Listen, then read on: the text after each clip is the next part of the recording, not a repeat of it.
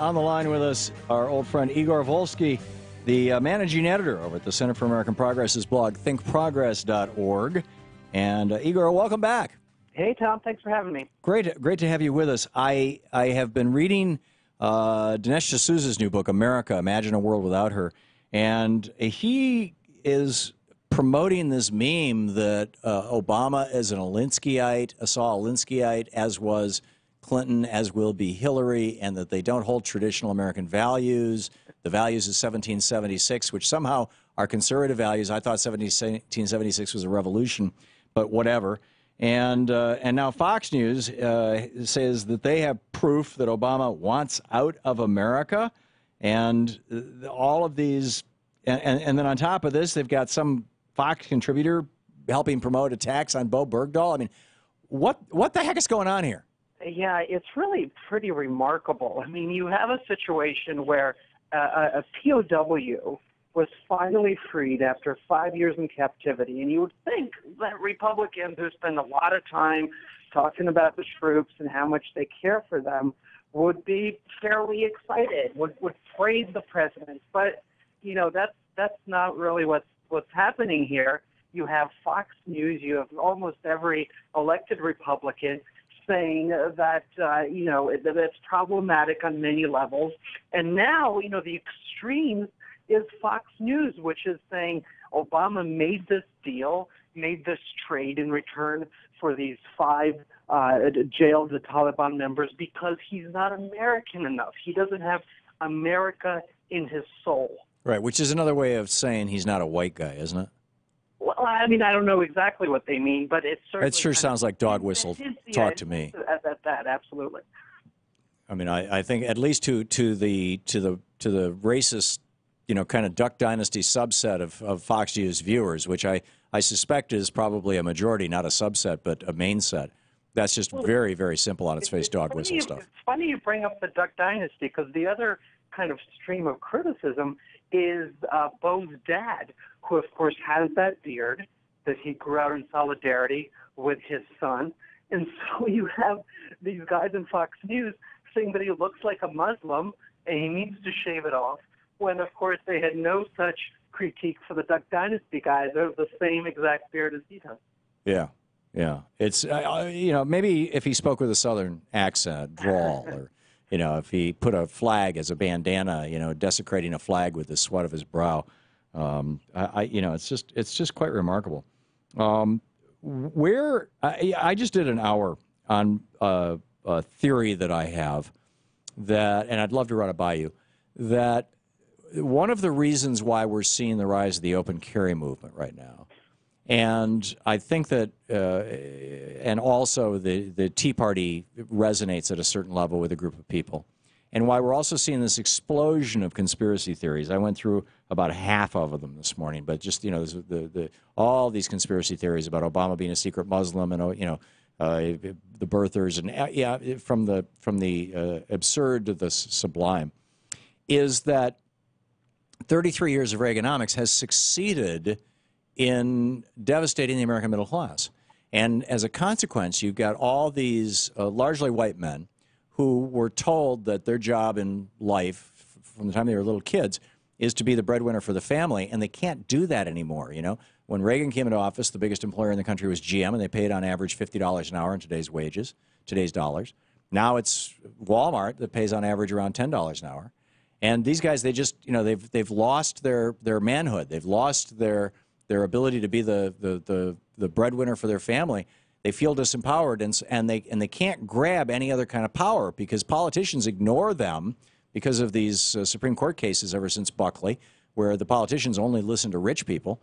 And so, you know, but grabbing a gun, I mean, this is the ultimate symbol of the power over life and death. Grabbing a gun gives them some sense of, at least I still have some power left. What do you think?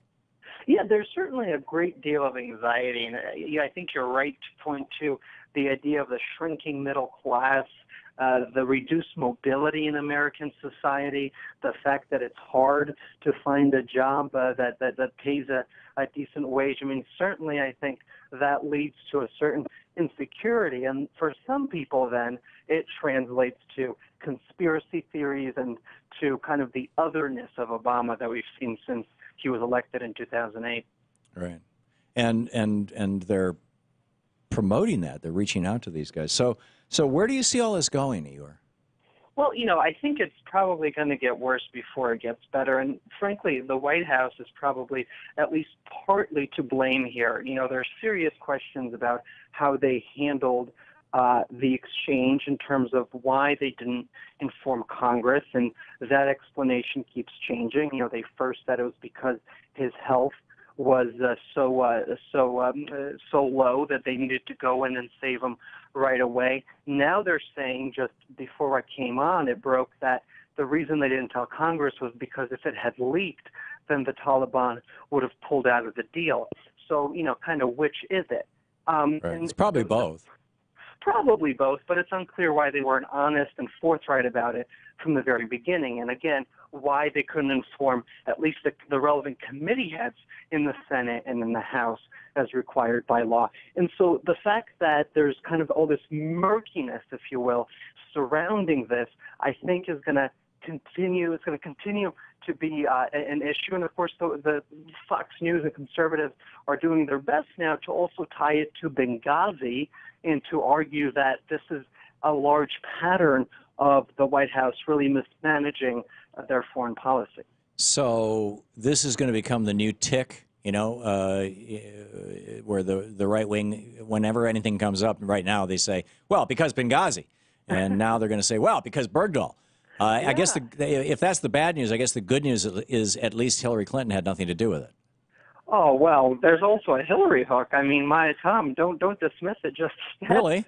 The Hillary hook is that when this came up in 2012 and before, because in 2009, as soon as he was captured in June of 2009, the administration was exploring ways to free him.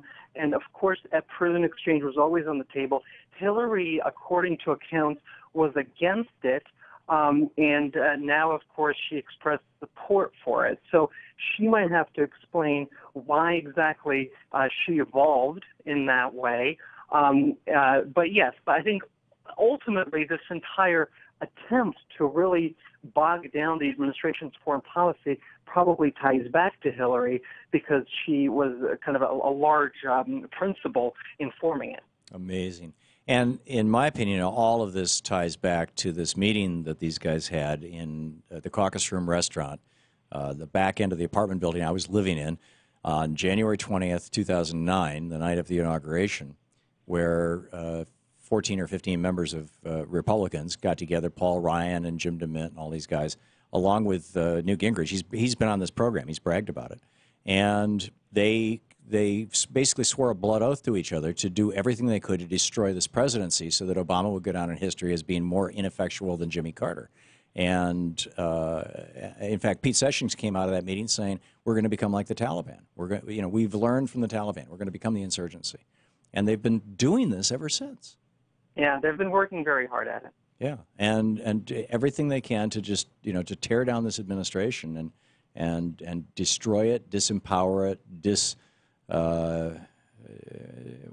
discredit it, reduce it's not even discredit, delegitimize it.